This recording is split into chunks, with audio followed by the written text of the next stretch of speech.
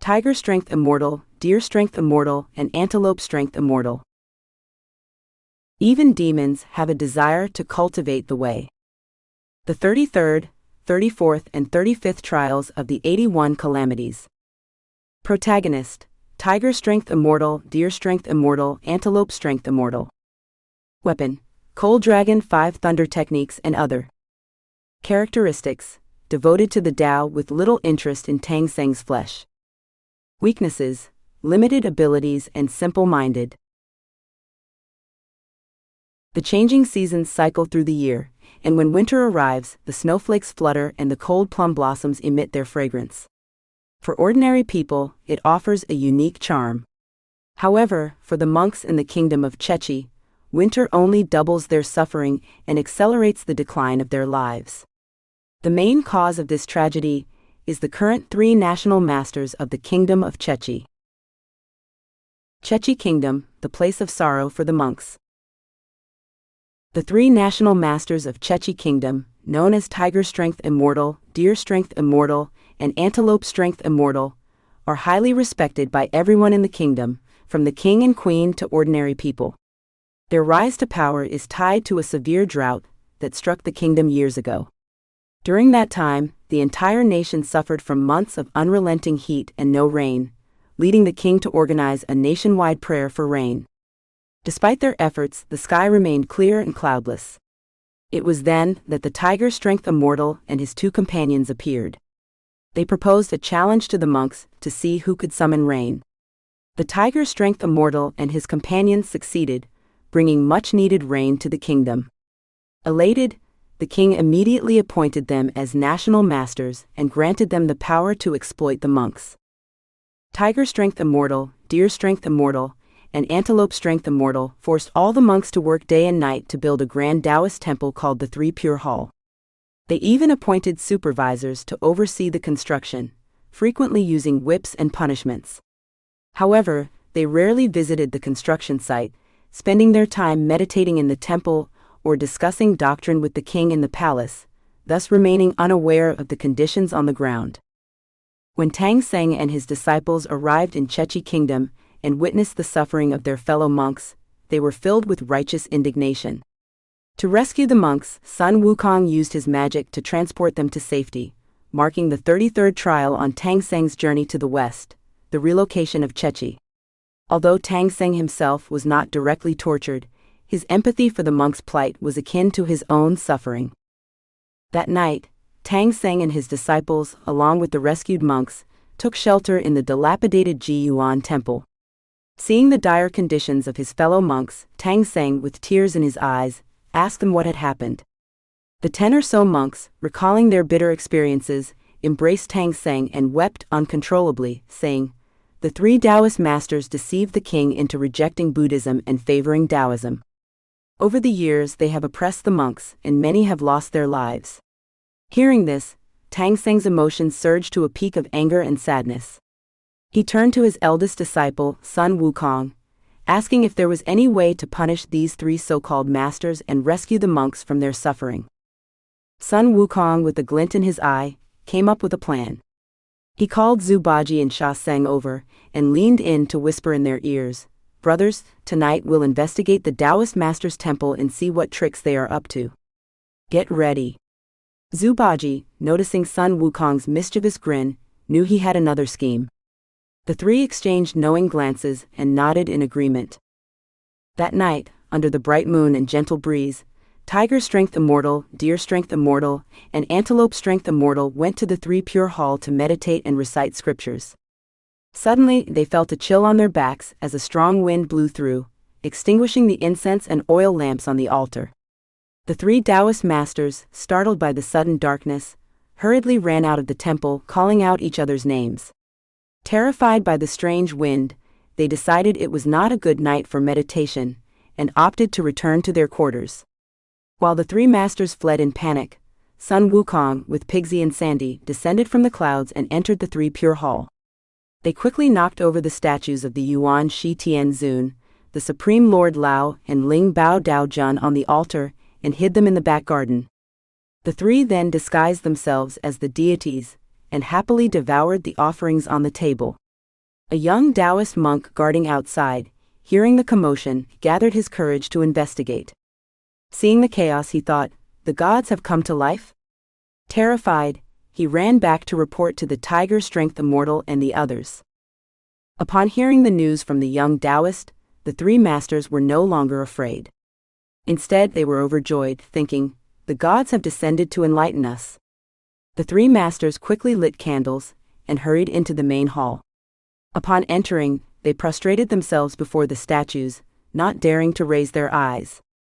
Had they looked up, they would have seen the three deities struggling to suppress their laughter. Tiger strength immortal with deer strength immortal and antelope strength immortal humbly lay on the ground saying, "We have faithfully served the three deities. We do not ask to be taken to the divine realm, but if we could just have some holy water or elixirs, we would be very grateful."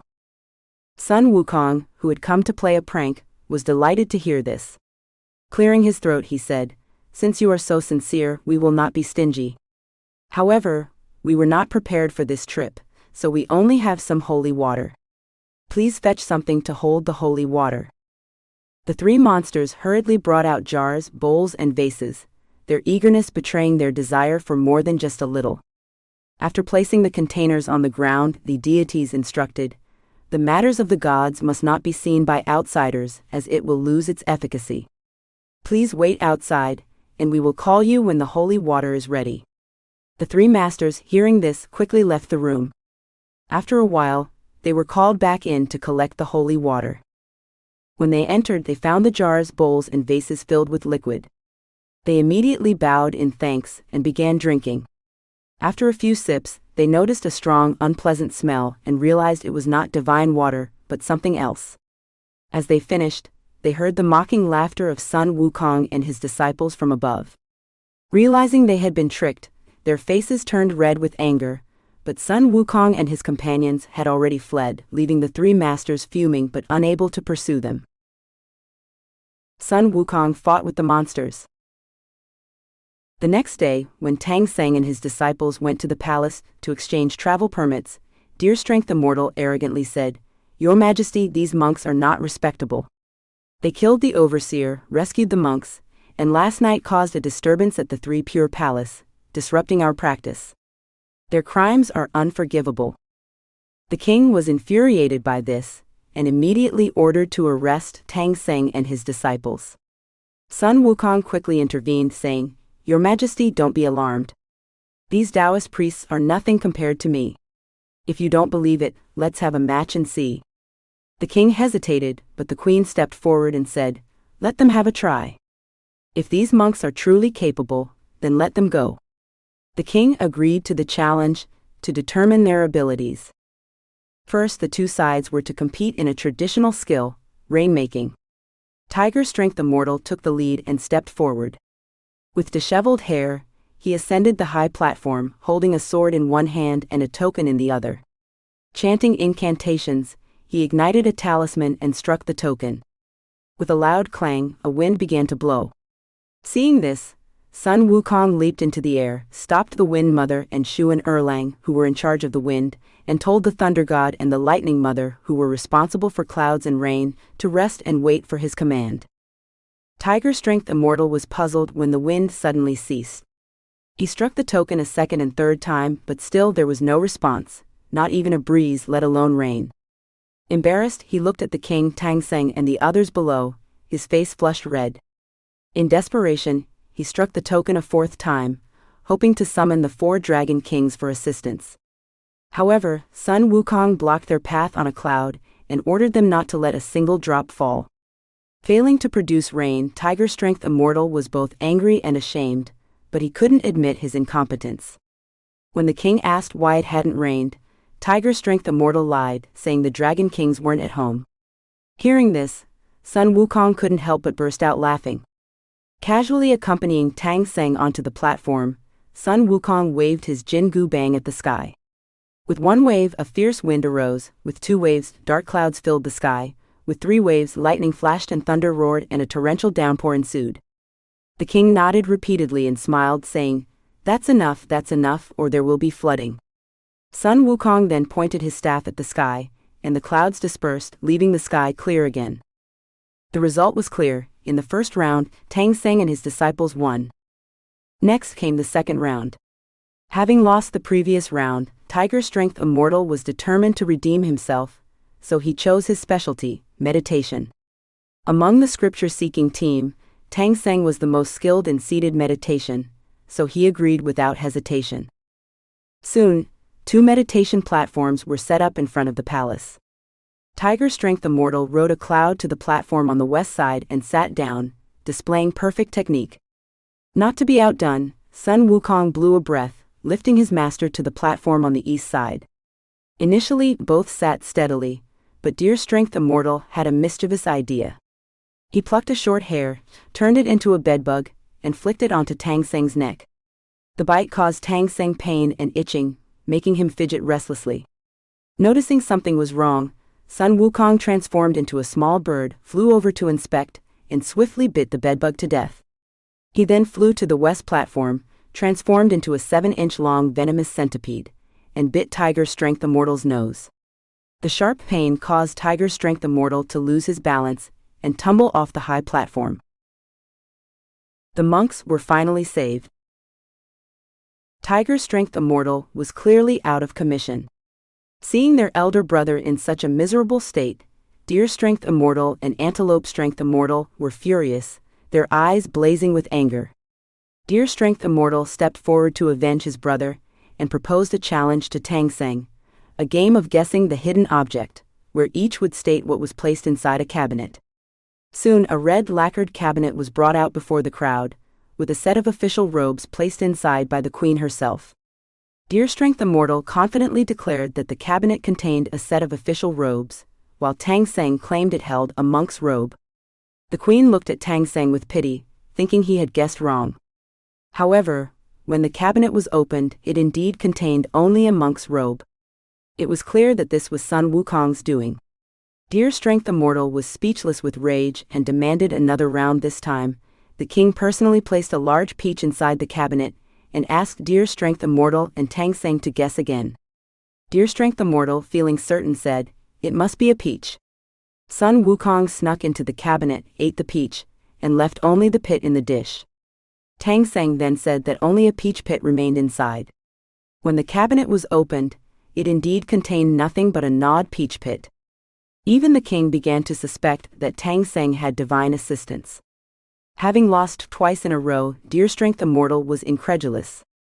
He pushed the cabinet to the rear hall and hid a young Taoist boy inside. Sun Wukong sneaked into the cabinet again, transformed into Deer Strength Immortal, and tricked the boy into thinking that to win, he needed to shave his head and change his Taoist robes into monk's robes. When the newly shaven monk emerged, chanting and knocking on a wooden fish, Deer Strength Immortal was completely stunned. With their dignity shattered, the 3 immortals, their eyes red with fury, declared a death match with Sun Wukong, challenging him to beheading, gutting, and enduring boiling oil. Tiger Strength Immortal first challenged Sun Wukong to a beheading contest. The executioner chopped off Sun Wukong's head and kicked it some distance away, but the headless Sun Wukong simply called out, "Head, come back," and his head rolled back and reattached itself, leaving him completely unscathed. When it was Tiger Strength Immortal's turn, the executioner chopped off his head, but Sun Wukong pulled out a hair, transformed it into a yellow dog, and had it snatch the head and run away. Tiger Strength Immortal called out 3 times, but his head did not return. With a final cry, he died on the spot. Upon closer inspection, the crowd realized he was nothing more than a yellow-furred tiger. Deer Strength Immortal, suppressing his grief, challenged Sun Wukong to a gutting contest. Sun Wukong stood before a pillar and watched as the executioner sliced open his stomach.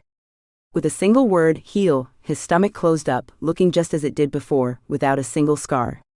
When Deer Strength Immortal's stomach was cut open, Sun Wukong pulled out another hair and transformed it into an eagle, which swooped down, snatched Deer Strength Immortal's organs with its iron beak, and flew high into the sky. Deer Strength Immortal died instantly, revealing his true form, a white-haired horned deer.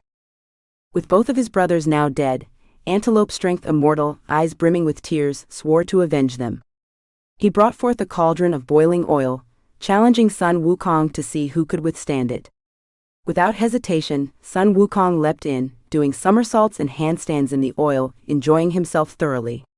When it was Antelope Strength Immortal's turn, he too demonstrated his skill by summoning a cold dragon to coil at the bottom of the cauldron, keeping the oil cool despite the roaring flames beneath. However, Sun Wukong quickly had the North Sea Dragon King remove the cold dragon, causing Antelope Strength Immortal to fall into the boiling oil and reveal his true form, an antelope. This wager, although ending in a resounding victory for Tang Seng and his disciples, caused Tang Seng great fear and suffering, making this great gamble the 34th trial on their journey to the west. After the three demons revealed their true forms before the king and queen, the royal couple realized they had been deceived by demons for many years and deeply regretted it.